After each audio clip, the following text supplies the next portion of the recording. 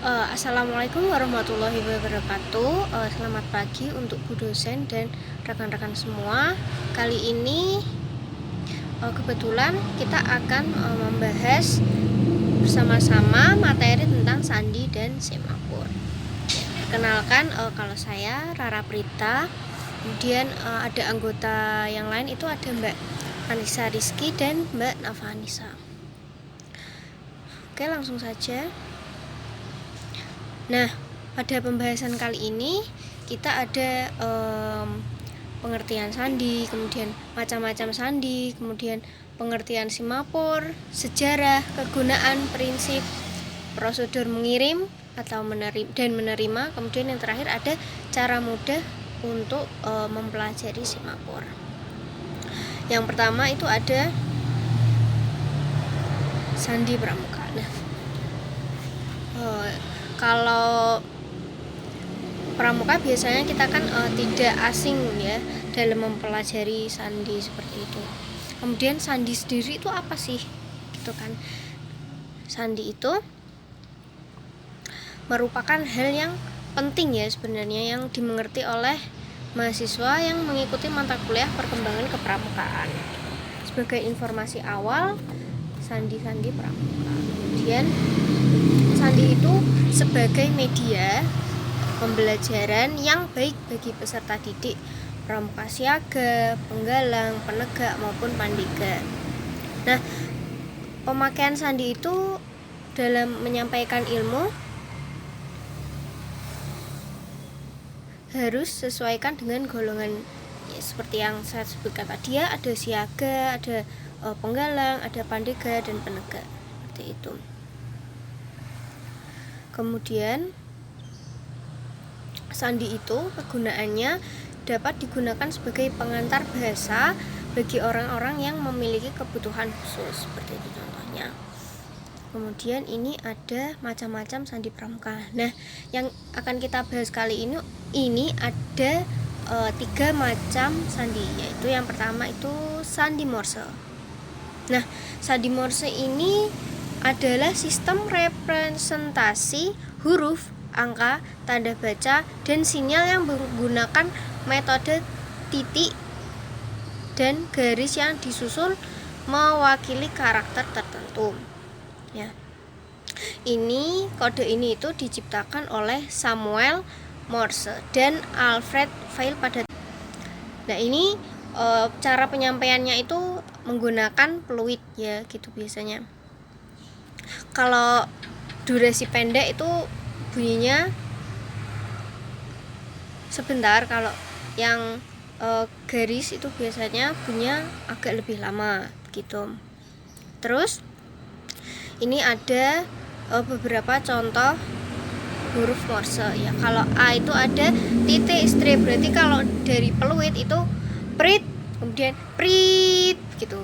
Nah, kalau huruf A seperti itu. Kemudian di bawahnya lagi ada tanda baca ya. Ini ada titik, ada koma, ada titik 2, ada strip gitu. Kemudian ada angka, ada 1 sampai 9, kemudian ada 0. Seperti contoh angka 1 berarti prit ya. Terus prit ya 4 kali, karena angka 1 itu kan titik dan stripnya 4 kali. Yang kedua ada sandi ular, teman-teman. Nah, ini sebenarnya sandinya itu cukup mudah. Jadi kalimat atau informasi yang akan disampaikan itu disusun melingkar seperti ini. Nah, jadi kita bacanya melingkar seperti ini. Jadi kalau tertulis di sebuah kertas itu dari kiri ke kanan, ke kanan itu ke bawah begini, set gitu. Jadi hanya sandi ular ini hanya cara membacanya seperti itu, tapi hurufnya ya masih alfabet itu. Yang kemudian ada sandi angka. Sandi angka ini sandi hurufnya itu dilambangkan pakai kode angka. Misalkan A itu 0, B itu 1, C itu 2. Kemudian bagaimana kalau kita ingin membuat kata baba? Berarti itu cara kita menuliskannya yaitu 1, 0 1 0 seperti itu. Nah, ini kemudian ini ada contohnya. Nah, ini sebagai pemisah antara satu huruf dan huruf yang lainnya itu pakai titik ya. Ini ada Dasa Dharma Pramuka. Nah, D itu kan 3. Nah, itu spasinya itu kita bisa memberikan titik seperti ini. Nah, yang kedua ada pengertian semafor yang akan disampaikan oleh Mbak Anissa Rizky dan Nafa Anissa. Kemudian semafor. Di sini kita akan mempelajari semafor. Semafor sendiri adalah suatu cara untuk mengirim dan menerima berita dengan menggunakan bendera, dayung, batang, tangan kosong, atau dengan memakai sarung tangan. Informasi yang disampaikan dibaca melalui posisi bendera atau tangan.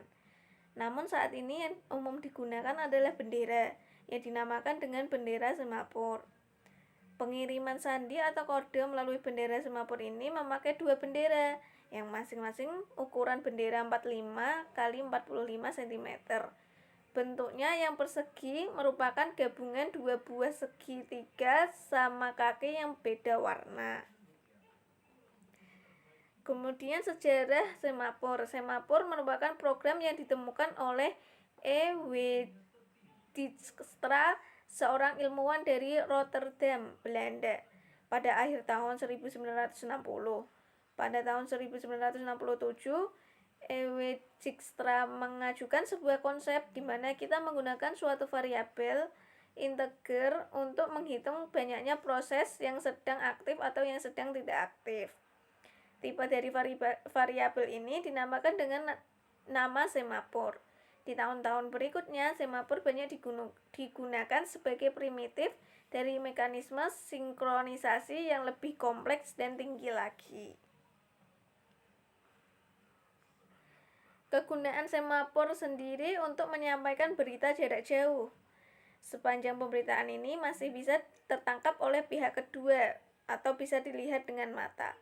Tetapi di saat ini sudah jarang dan hampir tidak pernah lagi digunakan, walaupun terkadang masih berguna dalam keadaan-keadaan darurat.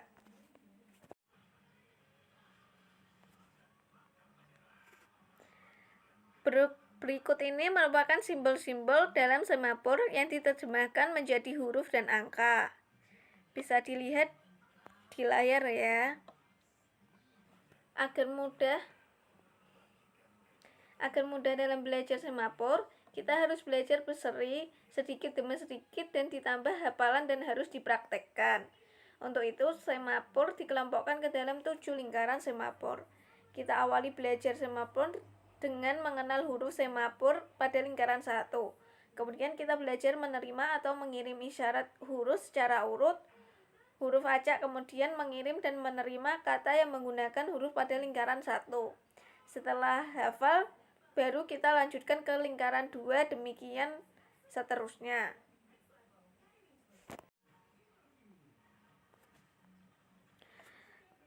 Contohnya dapat dilihat lingkaran 1, lingkaran 2, gabungan lingkaran 1 dan 2, seperti itu. Lingkaran angka semafor salah satu cara yang mudah untuk menghafal kode semafor ialah dengan metode jarum jam. Letak tangan disusun dalam lingkaran dengan diberi nomor.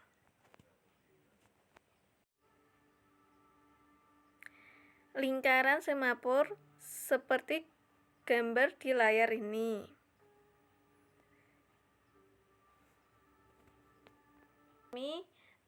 Kami mohon maaf atas kekurangan dari kelompok kami. Wabillahi taufik wal hidayah, waridho walinaya. Wassalamualaikum warahmatullahi wabarakatuh.